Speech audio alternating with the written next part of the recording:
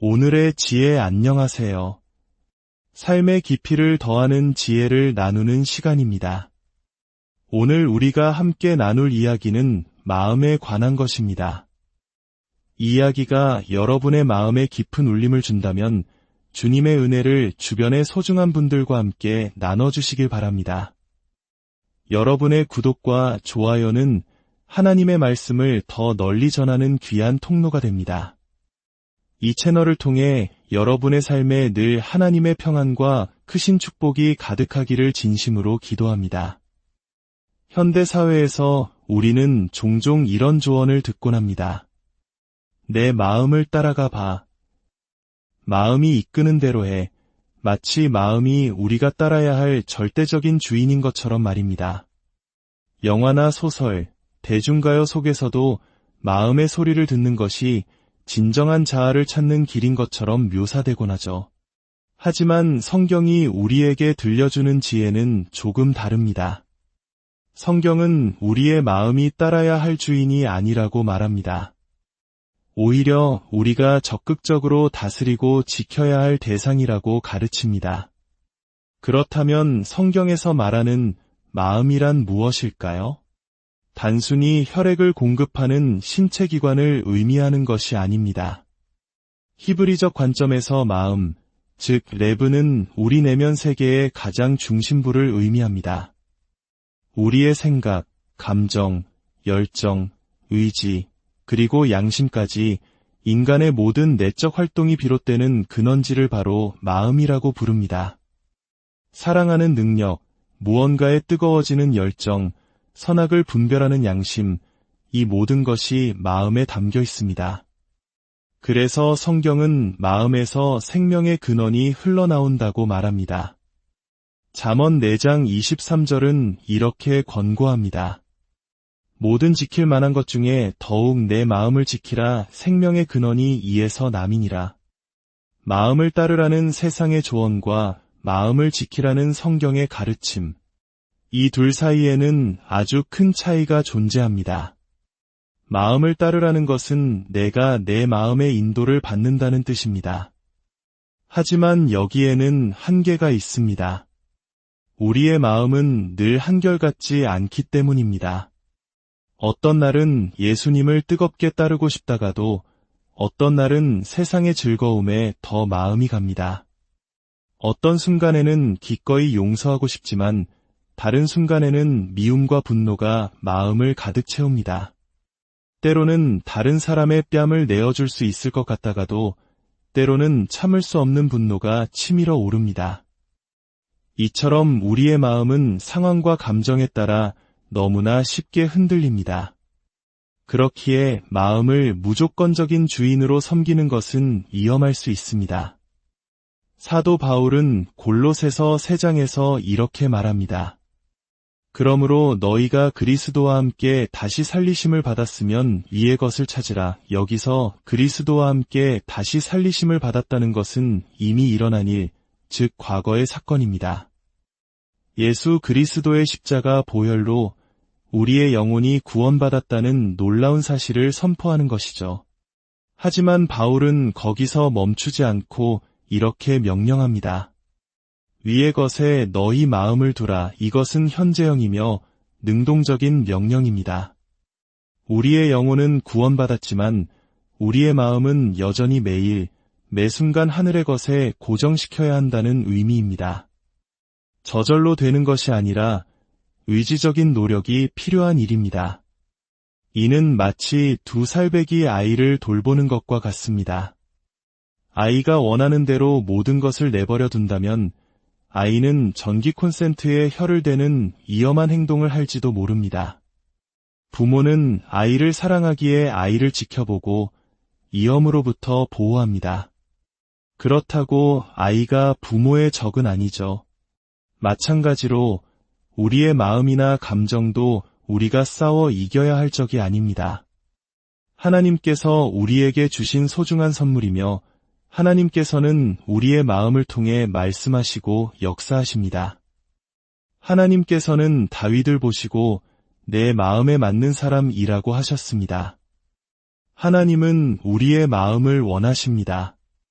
우리가 온 마음을 다해 하나님을 느끼고 미래에 대한 열정으로 그분을 찬양하기를 바라십니다. 하지만 동시에 우리는 마음이 완벽한 인도자가 될 수 없다는 사실을 기억해야 합니다. 왜냐하면 성경은 놀랍게도 우리의 마음이 때로는 거짓말쟁이가 될 수 있다고 경고하기 때문입니다. 예레미야 17장 9절은 충격적인 말씀을 전합니다. 만물보다 거짓되고 심히 부패한 것은 마음이라. 이 말씀은 우리가 왜 마음을 맹목적으로 따라서는 안 되는지를 명확히 보여줍니다. 우리의 마음은 상처에 속고 욕심에 속고 교만에 속습니다. 오후 3시의 나른한 감정이 지난주에 굳게 결심했던 선한 계획을 무너뜨리도록 내버려 둬서는 안 됩니다. 그렇다면 우리는 마음을 어떻게 대해야 할까요? 마음은 증오해야 할 적도 맹목적으로 따라야 할 지도자도 아닙니다.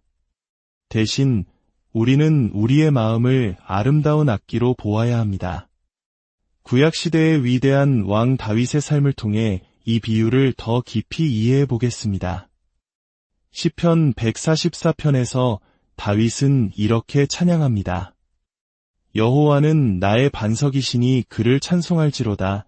그가 내 손을 가르쳐 싸우게 하시며 손가락을 가르쳐 전쟁하게 하시는도다.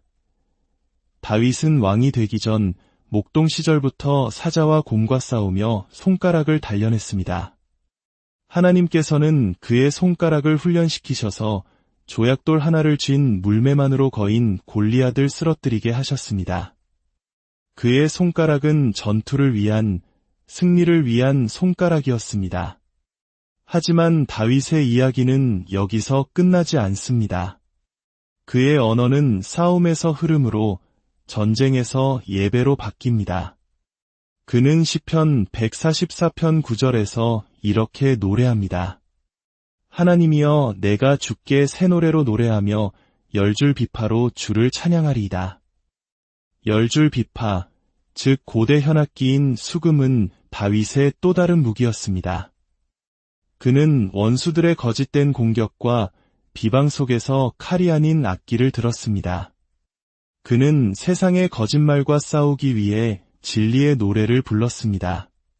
그의 손가락은 물매를 잡아 적을 쓰러뜨리기도 했지만 또한 수금의 줄을 뜯어 하나님의 임재 안으로 들어가는 통로가 되기도 했습니다. 우리 모두는 각자의 삶에서 거짓과 싸우고 있습니다. 너는 부족해. 너는 사랑받을 자격이 없어. 하나님은 너를 잊으셨어와 같은 사탄의 거짓말들이 우리를 괴롭힙니다. 다윗은 이러한 거짓과의 영적 전쟁에서 가장 강력한 무기가 바로 찬양이라는 것을 보여주었습니다. 여기에 아주 좋은 기타가 한 대 있다고 상상해 봅시다. 세계적인 명품 브랜드의 기타입니다. 하지만 이 악기가 아무리 훌륭해도 연주자의 실력을 넘어설 수는 없습니다. 서툰 연주자의 손에 들린 명품 기타보다 위대한 연주자의 손에 들린 값싼 기타가 훨씬 더 아름다운 소리를 낼 것입니다. 우리의 마음이 바로 이 기타와 같습니다. 예수 그리스도의 보혈로 깨끗하게 된 하나님께서 주신 새로운 마음이라는 귀한 악기입니다. 하지만 이 악기가 아름다운 소리를 내기 위해서는 반드시 조율이 필요합니다. 18세기에 쓰인 한 아름다운 찬송가의 가사는 이렇게 시작합니다. 복의 근원 강림하사 찬송하게 하소서. 한량없이 자비하심 측량할 길 없도다. 그리고 영어 원문 가사에는 이런 구절이 있습니다. To my heart to sing thy grace. 내 마음을 조율하사 주님의 은혜를 노래하게 하소서. 이것이 바로 우리가 매일 해야 할 일입니다. 우리의 마음을 하나님의 은혜에, 하나님의 음성에, 하나님의 진리에 맞추는 것입니다. 우리의 마음이 하나님과 완벽하게 조율될 때 놀라운 일들이 일어납니다. 하나님과 조율될 때 우리는 더 이상 세상과 힘겹게 싸울 필요가 없습니다. 그분이 우리를 위해 싸우시기 때문입니다. 하나님과 조율될 때 우리는 상황을 억지로 바꾸려 애쓰지 않아도 됩니다. 그분이 모든 것을 합력하여 선을 이루시기 때문입니다. 하나님과 조율될 때 거대해 보였던 문제들이 작아 보이기 시작합니다. 하나님과 조율될 때 불가능해 보였던 모든 일들이 가능하게 느껴집니다. 하나님과 조율될 때 거대한 장벽은 뛰어넘어야 할 장애물이 아니라 하나님의 능력을 경험할 기회가 됩니다. 하나님과 조율될 때 우리를 울게 했던 과거의 상처를 보며 웃을 수 있게 됩니다. 그리고 지금 흘리는 눈물 또한 영원하지 않으며 아침에는 반드시 기쁨이 찾아올 것을 믿게 됩니다. 사랑하는 여러분, 우리의 마음을 지키는 가장 좋은 방법은 전투를 위해 물매를 드는 것보다 예배를 위해 악기에 현을 뜯는 것일지도 모릅니다. 우리가 조용한 시간, 홀로 있는 공간에서 하나님을 예배하는 법을 배운다면 우리를 지치게 했던 많은 문제들을 하나님께서 친히 해결해 주실 것입니다. 오늘 하루, 그리고 앞으로의 모든 날들 속에서 여러분의 마음이라는 아름다운 악기가 오직 하나님의 은혜와 사랑에 완벽하게 조율되기를 소망합니다.